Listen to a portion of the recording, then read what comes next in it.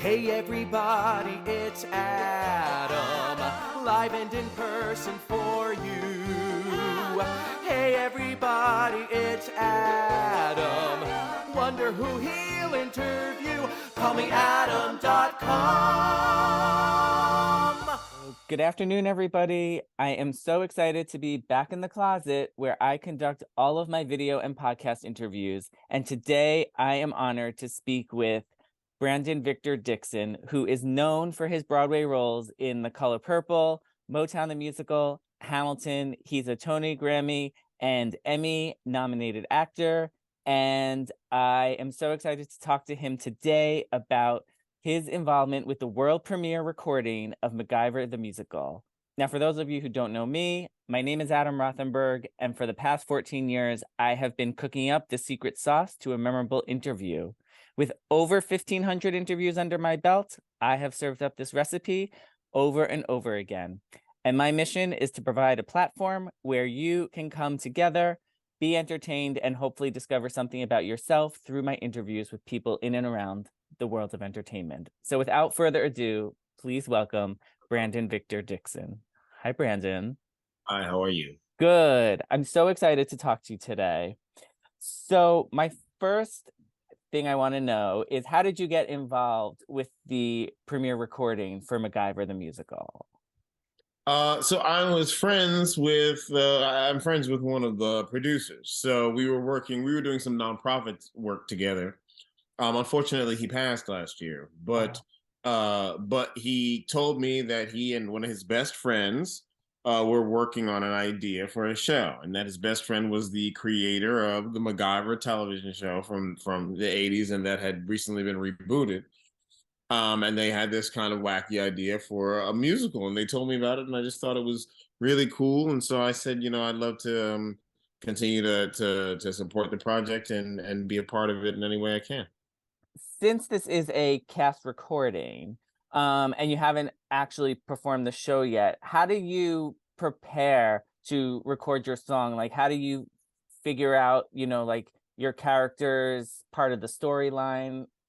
Well, we get the script and, get to read through the script and talk through the show with the writers so that we really know, the scope of what we're doing, the story we're telling, and the character we're playing, and how the song works in the context of the show. So we kind of spend time talking about those things, and then we learn the material and we get in there. Oh, terrific. So now, what did you relate most to your character in the show? Well, the thing that I appreciate most about the show is its immersive quality and the kind of the fun-loving nature of it, where we really try to get people to tap into their nostalgic love for MacGyver and for what it means to MacGyver a thing, to use your own human and community ingenuity to overcome obstacles and to overcome problems. So I mean, I think it's my appreciation of those qualities that I use to bring to my role in the album.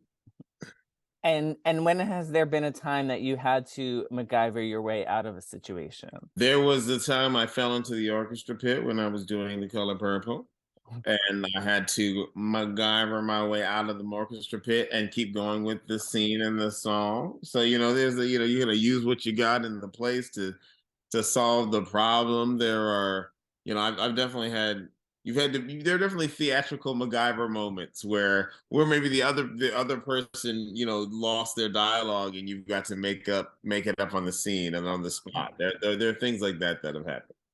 I fell off of Pride Rock as Simba. I had to MacGyver my way back onto the rock. Oh my God. Now, the song that you sing on the album is called Drink, Drink, Drink. So what is something you recently accomplished that you would sing Drink, Drink, Drink for and celebrate? A show that I shot this summer recently premiered on Peacock and was nominated for some NAACP Image Awards. So I would sing Drink, Drink, Drink to that. Oh, wonderful. Congratulations. Thank you. When you're performing or recording an album, What kind of boundaries do you put up for yourself to stay focused? Like, for instance, I read an interview one time, or I saw an interview one time with Celine Dion, where when she's out on tour, she doesn't sing in between shows to help preserve her voice. So she writes everything down. So do you ever put up any kind of boundaries like that when you're performing or working on a project?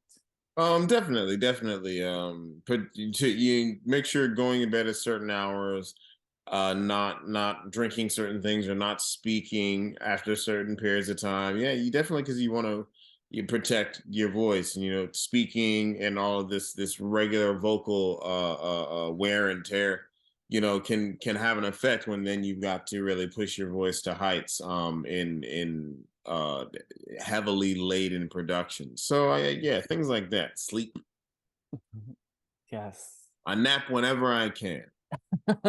Oh, nap is my favorite time of day.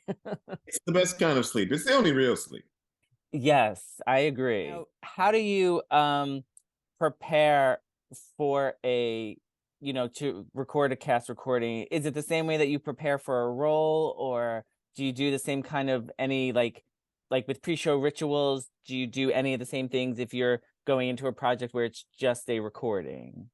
Yeah, I mean, a lot of it's the same. Learning the material, and then once you have the material, it depends on when you're recording the making the recording. 'Cause sometimes you're making the recording before you've done a production. Sometimes you're making it in the middle of previews or right after you've opened. Sometimes you're making it much later on in the run of the show. So it really kind of depends. And obviously, the further you are in the run, the more kind of by rote going into record a performance is. But the earlier on in the process, a lot of that preparation that you put into the show is the same kind of preparation you put into the recording. Mhm. How do you make sure that you don't take on too much at one time? Like, how do you keep a balance of how many projects you're working on at once? It's not something that I've always done a great job of, and so just trying to be self-aware, and in particular now that I've unencumbered myself from certain things, being able to just pay attention to, okay, now when you really think about how you want to be spending your time, what it takes, what a yes really means, what it takes to commit to an artistic project, and really know whether or not you're ready to put in that level of investment. Mm. It's good that you have that awareness now to do that. You ain't lying now. I just have a few rapid fire questions to sort of round things out a bit. What's your favorite place to rehearse? 42nd Street Studios on 42nd Broadway. What's your favorite way to spend your day off?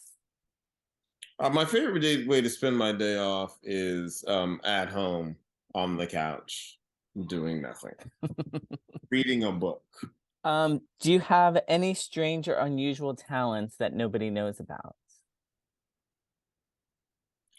Strange or unusual talents. I'm a fairly adequate collegiate wrestler. I can play lacrosse and I can speak some Japanese. Oh, wow. What is something you'd like to share with my audience about yourself that we haven't gotten to talk about? I'm grateful to be here. I'm grateful for my involvement in this new and interesting show. I think it's really cool the way they're approaching MacGyver.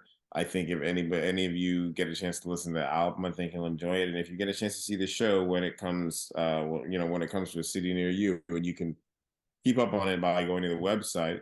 Um, um, but this show does a unique thing where before it starts, we announce that the actor playing MacGyver is not able to make it to the show, and we need somebody from the audience to play MacGyver for the show. And so, 3 or 4 volunteers would get up and act, sing, and dance for a brief 10-minute audition, and the audience, by applause, will decide who gets to play MacGyver. And then that audience member gets to be a part of the show, and it creates a really unique theatrical and community experience. And so I'm really happy about that. I'm really proud of that, and I hope you all get an opportunity to be a part of it. Well, you took the words right out of my mouth because I was just thinking to myself, "Oh, I need to mention that," because that is such a unique way to start the show. And I remember reading in the press notes that, like, for the like they do that at the show, and then but for the album, they did have to find one person to sing the MacGyver role, and they did go on. I think it was like a national search Yeah. that I read for it, and they found someone. But have you ever like seen anything sort of like that where I mean, MacGyver's the lead role, and to choose that night, I mean, or could you imagine what do you think as an actor, that you've been in a lot of shows, um what would that feel like, do you think, to know that the lead role is going to be a different person every night? There are pieces of immersive and devised theater that work to integrate the audience into the show. So you develop mechanisms that allow for, levels of improvisation, and but the ensemble is skilled enough to guide people through the show. And so there are elements of that at play here. This has never been taken to this extent. Mhm. But I think that it's a testament to the writing that you're able to construct a show that works this way. Yes. And the album comes out, because I realized I didn't get to say this at the beginning. The album is being released on January 27th. Yeah. So you will be able to get to hear Brandon sing on it with his song Drink, Drink, Drink, and all the other fun songs. Um, so I just want to thank you so much for your time today. I really appreciate it. And everybody will need to get the album on January 27th. And we look forward to hearing more about it. He'll get the dirt and the scoop and the story, for he happens to be in the know. Just ask anybody who's Adam. Adam lives for the business of show. Call me Adam.com.